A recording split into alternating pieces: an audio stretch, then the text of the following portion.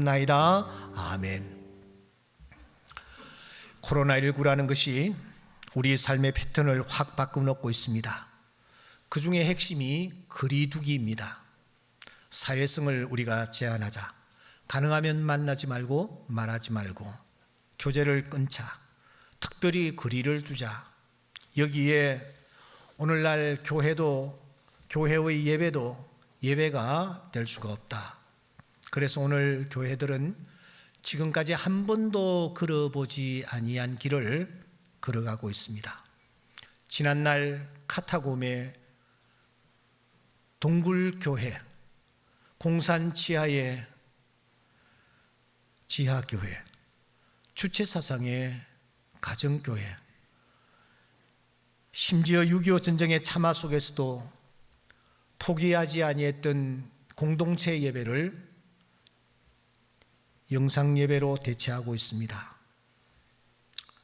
예배의 정신과 본질은 우리가 지켜나가되 믿음의 본질인 공동체의 유기성과 동떨어질 수 없다라는 그런 자각에서 모든 교회들이, 대부분의 교회들이 선제적으로 그리고 자발적으로 이 일에 동참하고 있습니다. 그런데 벌써 4주째 접어들었지 않습니까? 문제는 앞으로 이런 사태가 얼마나 지속될지 가늠할 수 없다라는 것입니다. 그러다 보니 주일 예배를 놓고 이런저런 말들이 지금 불거지고 있는 것은 사실입니다. 이러한 때에 성령께서 우리에게 주시는 음성이 무엇일까? 저는 민감하게 하나님의 뜻을 찾으면서 성경을 펴는 중에 고린도전서 8장이 눈에 들어왔습니다. 고린도전서 8장은 여러분들이 아시는 대로 고린도 교회가 우상 제물을 먹느냐 먹지 않아도 되느냐 하는 이 문제로 몸살을 앓고 있는 상황에서 그 문제를 이 바울 사도가 다루고 있는 내용입니다. 당시 예루살렘 교회는 공의회에서 우상 제물은 멀리 해야 된다. 사도행전 15장 29절에 그렇게 결의를 하고 공문을 내려 보낸 바 있습니다. 그런데 이 사실을 알고 있는 바울이 어떻게 말하고 있느냐? 우상 제물은 먹어도 된다. 가까이 해도 된다. 그런 입장을 취하는 거예요. 그리고 그는 자신의 그 이유를 이렇게 밝힙니다. 우상이라는 것이 원래 아무것도 아니지 않는가? 그러니까 우상 앞에 바쳐진 제물, 그 제물도 아무것도 아니다. 먹어도 되고 먹지 않아도 된다. 그런데 단 믿음이 약한 성도가 내가 그 제물을 먹는 것을 보면서 마음에 시험이 들거나 믿음이 떨어진다면 나는 영원히 고기를 먹지 아니하여 내 곁에 있는 믿음이 약한 그런 형제를 실족시키지 아니하겠노라 하면서 고린도전서 8장 13절에 영원히 고기를 먹지 않겠다 그렇게 다짐하면서 마무리를 하는 것입니다. 여러분, 지금 바울이 다루고 있는 핵심을 우리가 붙잡아야 합니다. 바울은 지금 고기를 먹어도 되느냐 또 고기를 먹지 말아야 하느냐, 이게 그가 다루려고 하는 핵심이 아니라는 것을 알아야 합니다. 바울은 여기에서 중요하게 다루는 것이 내 곁에 있는 믿음이 약한 성도들입니다. 그러므로 사실 이 고린도전서 8장의 결론은 13절이 아니고 1절이라고 할 수가 있습니다. 바울은 이렇게 시작합니다. 우상의 제물에 대하여는 우리가 다 지식이 있는 줄 아나 지식은 교만하게 한다. 반면에 사랑은 덕을 세운다. 이 부분이 결론이라고 할 수가 있습니다. 우상의 제물을 먹어야 되느냐 먹지 아니해야 하느냐 하는 이런 부분에 대한 knowledge, 도구마라고도 할 수 있죠. 이 지식은 자칫하면 사람을 교만하게 한다. 그래서 믿음이 약한 성도들을 믿음에서 떨어지게 만들며 그것은 그리스도에게 죄를 짓는 것과 마찬가지다. 우리는 믿음이 약한 성도들을 돌아보는 지혜가 있어야 한다 하는 얘기를 하기 위해서 우상 제물 이 문제를 건드렸다라는 것입니다. 오늘날 우리가 예배를 예배당에서 드리느냐, 처소에서 영상으로 드리느냐, 이 문제에 대한 나름의 지식들은 자칫하면은 교만하게 할 가능성이 많습니다. 예배당에서 드려야 한다 하는 입장을 취하는 분들도 계시고, 이런 상황에서는 영상으로 예배를 드려야 한다, 그게 옳다라는 그런 입장을 취하는 분들이 계십니다. 그런데 바울은 이 문제를 덮고서는 사랑을 앞세웁니다. 사랑은 덕을 세운다라는 것입니다. 그러므로 이 어려운 때에 우리가 이 문제를 가지고 힘을 소진할 것이 아니라, 이런 상황에서 믿음이 약한 성도들이 믿음에서 떨어지지 아니하고 계속해서 하나님을 바라보며 표대신 예수 그리스도를 향하여 나아갈 수 있도록 하는 일에 우리 믿음이 강한 자들이 관심을 가지고 돌아보면서 그들이 이 상황에서 믿음이 떨어지지 아니하고 주님을 붙잡을 수 있도록 하는 일에 우리가 모두 함께 마음과 뜻을 모아야 될 줄 믿습니다. 코로나19가 이렇게 드러나면서 공교롭게도 신천지가 함께 불거졌습니다. 신천지의 조직, 신천지의 규모, 신천지가 모이는 장소, 복음방인지 이런 것들, 이런 것들까지 다 이렇게 공개가 되기 시작합니다. 더더군다나 신천지에서 확진자가 많이 드러나니까 불가피하게 신천지는 자기네들의 그 교인들의 그 명단을 관계기관에 제출하지 않을 수 없는 상황에까지 내몰리게 되었습니다. 그래서 관계기관에서 이 신천지 교인들의 모든 신상명세서를 다 지금 입수하여 있는 것으로 알고 있습니다. 또 하나 우리가 이 사실을 통해서 알게 된 것은 신천지의 그 포교 수법이 그동안 전통교회의 성도들을 빼나가는데 맞춰져 있었다라는 것. 그 중에서도 특별히 젊은 층을 주 타깃으로 공략해 왔다라는 것이 밝혀졌습니다. 확진자들의 대부분이 바로 젊은이들이었기 때문입니다. 사실 이것은 오늘 우리가 크게 반성해야 할 뼈아픈 부분이 아닐 수가 없습니다. 그동안 교회가 불안한 현실, 막막한 미래에 내몰린 청년들을 우리가 잘 품지 못했다라는 방증이기 때문입니다. 신천지는 교회가 젊은이들을 품지 아니할 그때에 이 청년들에게 접근했습니다. 친분을 이용하거나 혹은 동아리로 위장해서 이들을 포섭했습니다. 그리고 그들로 하여금 교회를 뛰쳐나가고 더 나아가 가정까지 뛰쳐나와 집단으로 생활을 하게 하면서 길게는 10년에 걸쳐서 포교 활동에 이 젊은이들을 내몰았습니다. 자연히 학업을 포기하였고 또 직업을 포기할 수밖에 없었습니다. 이 과정에서 노동력 착취는 다반사였습니다. 오죽했으면 최근에 청춘 반환 소송들이 이 젊은이들을 중심으로 일어나고 있겠습니까? 문제는 이 와중에서도 이 신천지의 그 포교 활동은 집요하다라는 것입니다. 제가 지난주에 편지를 하나 받았습니다. 여러분들이 볼 수 있을지 모르겠지만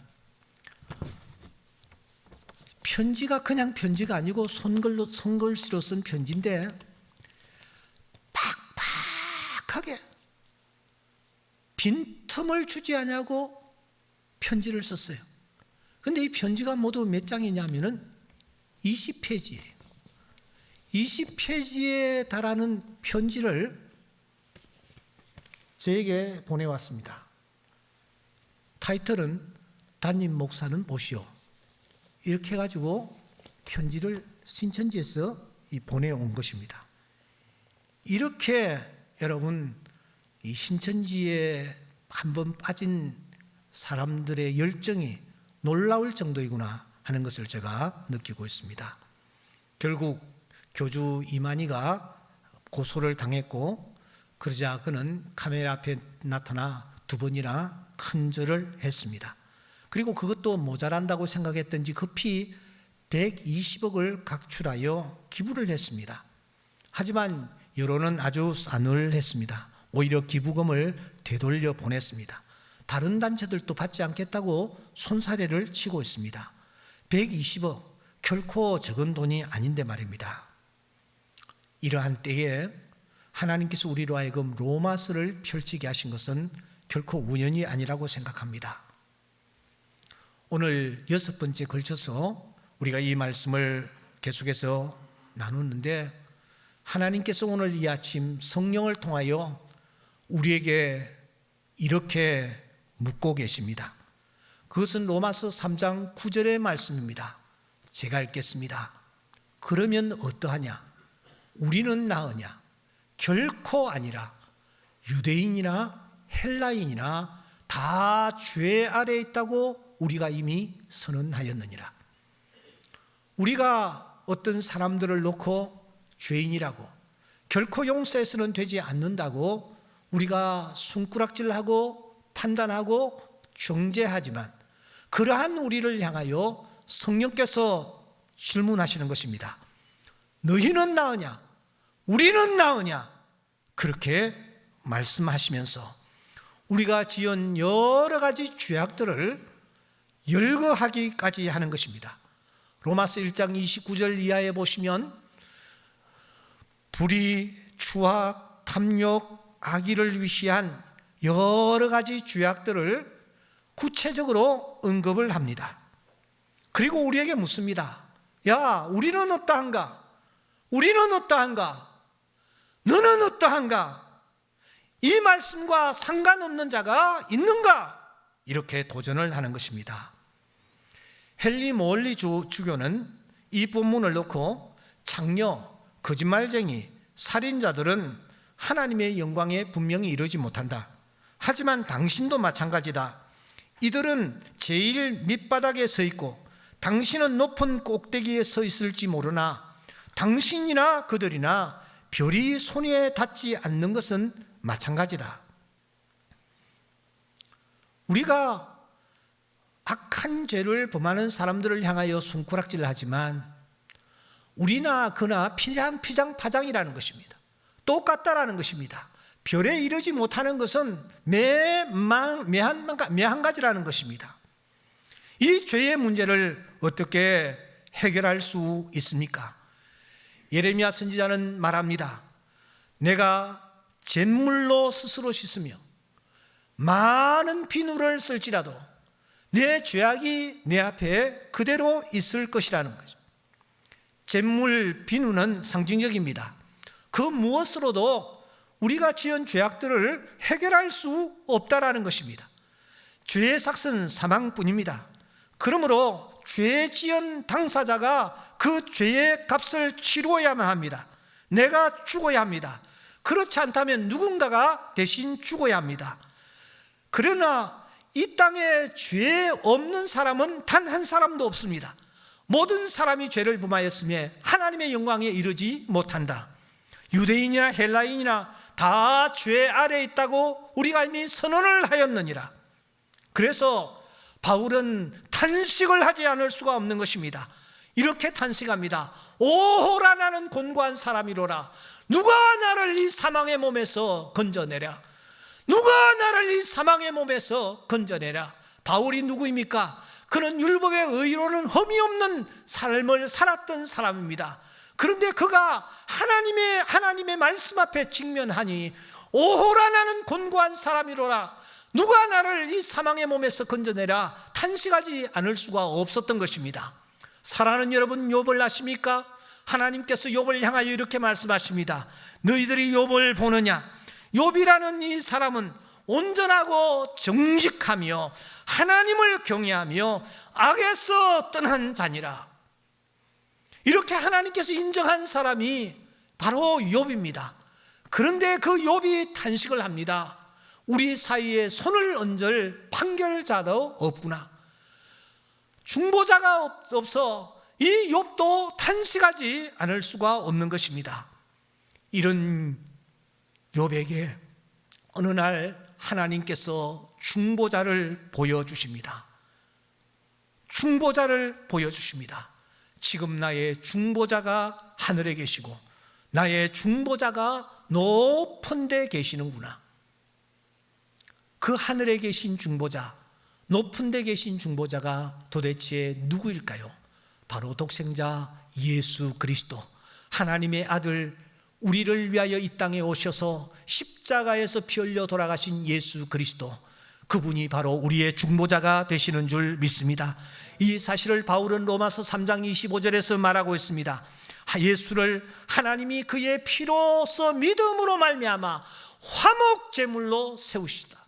이는 하나님께서 길이 참으시는 중에 전에 지은 우리의 모든 죄를 간과하심으로 자기의 의로우심을 나타내려 하심이니라. 그래서 우리는 이 예수 그리스도께서 십자가에서 피 흘려 돌아가심으로 말미암아 그의 피로 말미암아 우리 모두가 의롭다함을 입은 자 된 하나님의 거룩한 자녀로 다시 세움을 입은 주의 귀한 자녀들이 된 줄 믿습니다. 지난주일에 생각한 대로 우리는 하나님으로부터 5가지 놀라운 은혜를 입었습니다. 그 첫째는 하나님께서 우리의 죄를 간과해 주시는 은혜입니다. 간과했다라는 말은 우리가 죄가 없다라는 것이 아니고 하나님께서 그 죄를 덮어주셨다라는 것입니다. 눈 감아주셨다라는 것입니다. 지나쳐 주셨다라는 것입니다. 예수 그리스도의 의의 옷을 우리에게 입혀주셨다라는 것입니다. 그래서 우리는 의롭다 칭함을 받게 되었고 하나님과의 관계가 회복되었으며 능력자로 다시 재창조가 되었습니다. 그리고 드디어 마지막으로 우리는 마음의 할례를 받은 자가 되었습니다. 사랑하는 여러분, 이것은 움직일 수 없는 사실입니다. 하나님이 나의 죄를 다 간과해 주셨습니다. 아멘입니까? 의롭다 칭해 주셨습니다. 의롭다 하신 분은 하나님이시니 누가 정죄하리요? 하나님이 우리를 의롭다 해 주셨습니다. 이제 하나님과의 관계가 회복이 되었습니다. 능력자로 재창조함을 받았습니다. 마음의 할례를 받은 자 되었습니다. 우리는 이제 그런 자로 살아야 할 줄 믿습니다. 어떻게 살아가는 것이 이 5가지 은혜를 입은 자의 모습일까요? 오늘 성경에 보시면 3가지 질문이 등장을 합니다. 그 3가지 질문이 오늘 우리가 취해야 할 자세를 그대로 보여주고 있습니다. 여러분 성경을 한번 보시기 바랍니다. 3 질문이 오늘 본문에 등장하는데 27절에 보시면 그런즉 자랑할 때가 어디 있느냐라는 질문입니다. 29절에 보시면 하나님이 유대인의 하나님이시냐, 유대인만의 하나님이시냐, 이런 질문이 있습니다. 31절에 보시면 우리가 율법을 파기해도 되느냐라는 질문이 있습니다. 그런데 여러분 본문을 좀 보세요. 특이한 것은 이 질문이 던져졌지만 이상하게 우리에게 답을 요구하지 않는다라는 거예요. 이 질문에 한번 대답을 해보라며 시간적 여유조차 주지를 않습니다.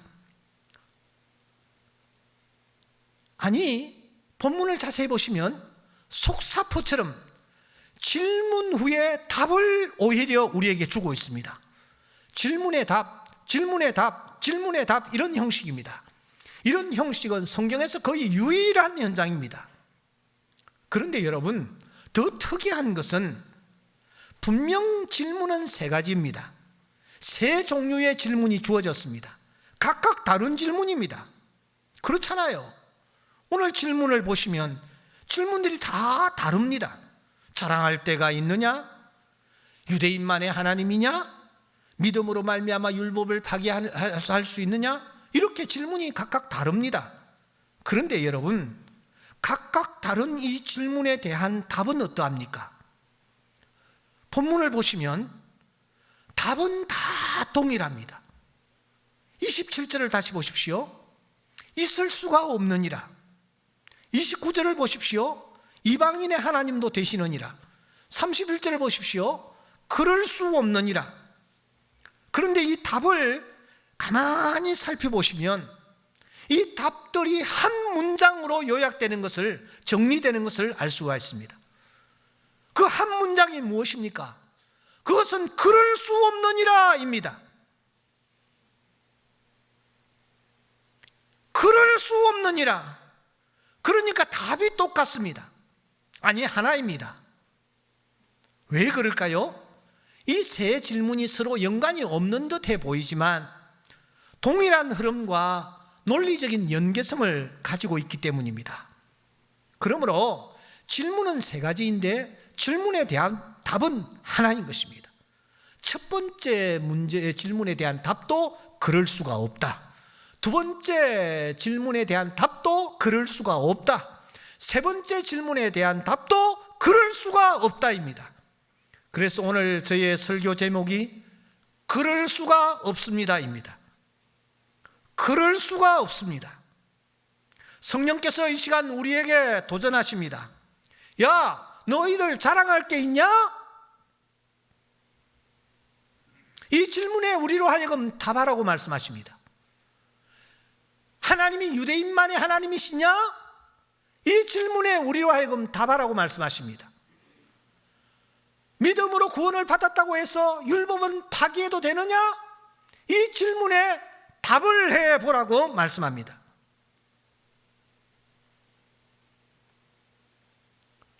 오늘 우리는 예배를 드리면서 이 세 가지 질문을 우리 가슴 속에 새기고 이 세 가지 질문에 대한 답을 하나님 앞에서 확실하고 분명하게 올려드리고 돌아갔으면 합니다. 자랑할 게 있느냐? 유대인만의 하나님이시냐? 율법은 파기해도 되느냐? 이 질문의 말입니다. 로마서의 핵심이 무엇인지 아십니까? 로마서의 핵심은 이 세 질문에 대한 답입니다. 그러므로 그럴 수가 없습니다라는 이 대답은 로마서를 떠받치고 있는 기둥이라고 할 수가 있습니다. 인간이 하나님 앞에 자랑할 것이 아무것도 없다라는 것, 그리고 하나님은 온 세상의 하나님이시라는 것, 더 나아가 이 로마서가 믿음을 강조하는 듯해 보이나 결론은 하나님의 말씀과 하나님의 뜻대로 사는 자를 하나님이 요구하고 계신다라는 것, 바로 이 세 가지 핵심을 이 로마서가 이루고 있기 때문입니다. 사랑하는 여러분, 우리는 하나님 앞에서 자랑해서는 되지 않습니다. 내가 구원받은 것, 내가 구원받을 어떤 자격이나 어떤 조건이 있어서 내가 구원을 받았느냐. 바울은 에베소 교회에 편지하면서 너희가 그 은혜를 인하여 믿음으로 말미암아 구원을 받았으니 이것은 너희에게서 난 것이 아니요 하나님의 선물이라. 행위에서 난 것이 아니니 이는 누구든지 자랑하지 못하게 하려 함이라. 그래서 바울은 구원받은 하나님의 자녀로서 혹시 자랑할 것이 있다 할지라도 그는 자랑하는 일을 늘 주저했습니다. 그는 아니 자랑이라는 단어 자체를 사용할 때에도 무척이나 조심스러워했던 것을 우리가 확인할 수 있습니다. 고린도전후서 11장 30절 말씀에 보면은 내가 부득불 자랑할진대, 부득불. 그리고 난 뒤에도 그가 할 말이 있었어요. 그런데 말을 그냥 돌려버립니다. 내 약한 것 자랑하리라. 이어서 12장 1절 내가 무익하나마 부득불 자랑을 해야겠는데, 말해야 되겠는데, 내가 받은 바 은혜들을 여러분들과 나누어야 되겠는데 무익하나마 부득불 자랑을 내가 해야 되겠는데 바울은 지금 고린도 교회 성도들에게 꼭 자랑해야 할 것이 있었습니다. 꼭 해야 할 얘기가 있었단 말입니다. 그런데 그게 혹시 자랑거리가 될까 봐 얼마나 마음을 졸이는지 모릅니다. 그래서 그는 심지어 3인칭까지 동원하지 않습니까? 주인공이 자기임에도 불구하고 말입니다. 그래서 겨우 한다는 말이 무엇입니까? 내가 이런 사람을 위하여 자랑하겠으니 나를 위하여는 약한 것들 외에 자랑하지 아니하리라. 내가 만일 자랑하고자 하여도 어리석은 자가 되지 아니할 것은 내가 참말을 함이라. 지나치게 생각할까 두려워하여 그만두노라. 여러분, 바울이 왜 이렇게 주저할까요? 왜 그랬을까요? 자랑이 자칫하면은 교만으로 이어지기 때문입니다. 우리 신앙생활의 가장 큰 걸림돌이 무엇인지 아십니까? 그것은 바로 교만입니다. 교만이야말로 믿음이 자라지 못하도록 믿음을 병들게 만드는 무서운 독소입니다. 이 교만은 코로나19와 다를 바가 없습니다. 인간을 파괴시킵니다. 보이지 않게 인간에게 일단 침투를 하면 끝까지 결말을 보는 존재입니다. 최초의 범죄가 무엇입니까?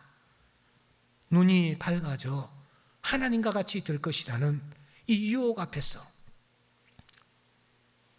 하와와 아담의 마음속에 교만이 찾아왔고 결국은 그렇게 쓰러져 버린 것입니다. 천사가 왜 순간에 사탄이 되었습니까? 가장 높은 구름에 올라가 지극히 높은 이와 같아질 것이라는 그런 말 때문에 이 계명성이 쓰러져 버린 것입니다. 교만 때문이었습니다. 교만은 그만큼 용납할 수 없는 죄입니다. 하나님은 교만한 자를 물리치시고 겸손한 자에게 은혜를 베푸십니다. 그래서 C.S. 루이스는 이렇게 말합니다. 역사가 시작된 이래 모든 나라와 가정이 겪는 불행의 주된 원인은 교만이다. 교만은 항상 대립을 가져온다. 사람과 사람 사이에서뿐만 아니라 사람과 하나님 사이에서도 대립을 가져온다. 하나님 안에 있으면서도 우리는 우리 자신보다 측량할 수 없을 만큼 뛰어난 분에게 맞서곤 한다. 하나님이 모든 면에서 뛰어나시다는 점과 우리는 아무것도 아니라는 점을 깨닫기 전에는 하나님을 알 수 없다. 교만한 자는 늘 사람과 사물을 내려다본다. 그리고 내려다보는 한 그 사람은 위에 계신 분을 볼 수 없다. 교만한 상태에서는 하나님을 절대로 그러므로 알 수 없다. 스폴전 목사는 이렇게 그 뒤를 이어갑니다. 하나님이 다른 죄는 손가락으로 다루시지만 교만은 팔을 걷어붙이고 다루신다. 탐심에 대해서는 무서운 심판을 내리시지만 교만에 대해서는 10배로 더 무거운 심판을 내리신다. 그러므로 우리는 특별히 믿음 생활하면서 우리의 도덕의식, 비판의식, 정의감을 드러내며 내가 얼마나 괜찮은 사람인가를 자랑하지 말아야 합니다. 오히려 그것이 진노의 길이요 주님을 향하여 나아가는 걸림돌, 멸망의 길임을 알아야 합니다. 성경 지식을 자랑합니까? 많은 것을 깨달으셨습니까? 많이 기도하십니까? 열심으로 헌신하고 계십니까? 자기가 그래서 꽤 괜찮은 사람인 것처럼 착각하는 것보다 더 위험한 정상은 없습니다. 종교 생활이 은근한 의가 되어 자신과 남을 비교하면서 공로의식에 젖어 사는 것이야말로 하나님을 배척하는 적경임을 잊지 말아야 합니다. 그러므로 바울 사도는 구원받은 자가 제일 먼저 하나님 앞에 자랑할 때 것이 있느냐라는 이 질문에 그럴 수가 없습니다 라고 단호하게 답하며 나아가기를 원하는 것입니다. 두 번째, 하나님은 다만 유대인의 하나님이시냐라는 질문에 답하라고 말합니다. 그럴 수가 없습니다. 여기 여러분 유대인은 누구를 가리킵니까? 이방인은 누구를 가리킵니까? 물론 1차적으로 저 유대인들일 것입니다. 하지만 오늘 이 본문에서 유대인은 그런 의미로 쓰인 것이 아닙니다. 여기 유대인이란 영적으로 구원받은 하나님의 백성 전체를 가리킵니다. 그 중에서도 특별히 믿은 지 오래된 자들, 교회 중직자들, 이들을 일컫습니다. 더 나아가 말씀대로 산다는 긍지와 자부심으로 똘똘 뭉쳐져 있는 자를 가리킵니다. 하나님이 이런 자들만의 하나님이신가? 하나님이 이들만을 위하여 독생자를 우리에게 주셨던가? 이들만을 위하여 주님이 십자가에서 피를 흘리셨는가? 이 질문에 대하여 답을 하라는 것입니다. 그럴 수가 없다. 그럴 수가 없습니다. 하나님은 이 답을 지금 기다리고 있는 것입니다. 왜냐고요? 여기에 하나님의 소망이 담겨 있기 때문입니다. 하나님은 지금 나의 하나님이시요 오늘 우리의 하나님이심을 믿습니다.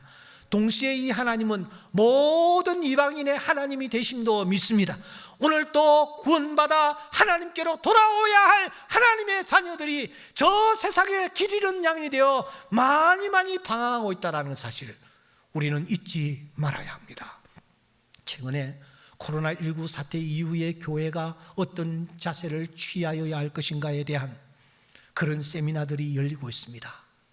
보니까 신천지에 들어갔던 사람들이 자신들이 잘못된 길에 빠졌다라는 사실을 알고 다시 교회로 돌아오고, 특별히 젊은이들 가운데 교회로 돌아올 사람들이 많이 있다라는 조짐, 그 조짐들을 눈여겨보면서 오늘 교회가 이들을 다시 품에 안고 그리스도의 보혈로 저들을 덮어주고 그들과 함께 믿음의 길을 걸어가도록 하는 일에 교회가 관심을 가져야 할 것이라는 그런 논제들을 발표하는 것을 볼 수 있었습니다.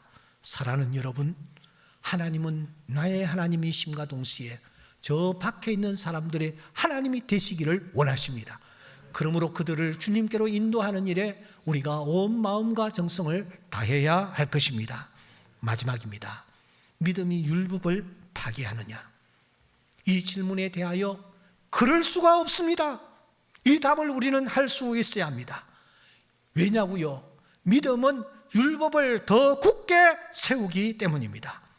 우리가 율법 때문에 구원받은 것 아닙니다. 율법을 지킴으로 구원받는 것도 아닙니다. 오직 믿음으로 구원을 받았습니다. 오직 믿음만을 그러므로 붙잡고 나아가야 합니다. 그렇다고 해서 율법은 이제 지키지 아니해도 되는 것입니까?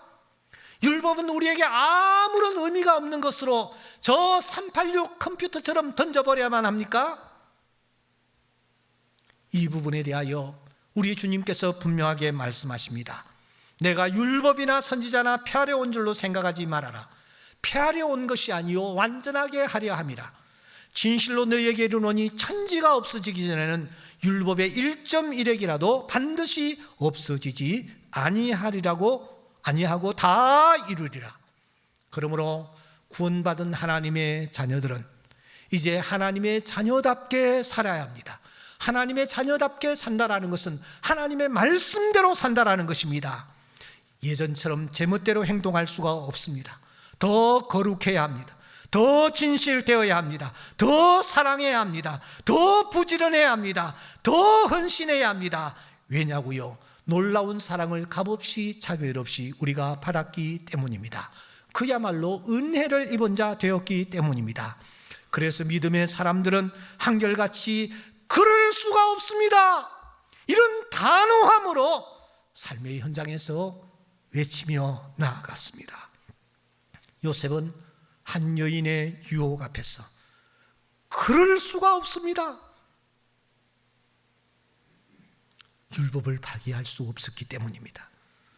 다니엘도 진수성찬 앞에서 그럴 수가 없습니다 하면서 거절했습니다. 다니엘의 친구들도 금신상 앞에서 그럴 수가 없습니다 외치며 나아갔습니다. 미가야 선지자도 뺨을 얻어맞으면서도 그럴 수가 없습니다 외쳤습니다. 모세 또한 마찬가지였습니다. 믿음으로 모세는 장성하여 바로의 아들의 공주 칭함받기를 거절하고 나아갔습니다. 그럴 수가 없습니다. 이것은 바로 거절인 것입니다. 사랑하는 성도 여러분, 믿음은 그럴 수가 없습니다로 표현됩니다. 그럴 수가 없습니다. 이것이 믿음입니다. 여러분들은 삶의 현장에서 그럴 수가 없습니다를 얼마나 외쳤습니까? 얼마나 하나님 앞에서 이 고백을 올려드렸습니까? 오늘 우리가 하나님의 이 분명한 뜻을 우리가 다시 한번 가슴에 새기면서 그럴 수가 없습니다. 요셉처럼, 그럴 수가 없습니다. 다니엘처럼, 그럴 수가 없습니다. 다니엘의 친구처럼, 그럴 수가 없습니다. 미가야처럼, 그럴 수가 없습니다. 모세처럼 담대하게 외치며 나아가는 주의 귀한 자녀들이 다 될 수 있기를 주의 이름으로 축원합니다. 기도드리겠습니다.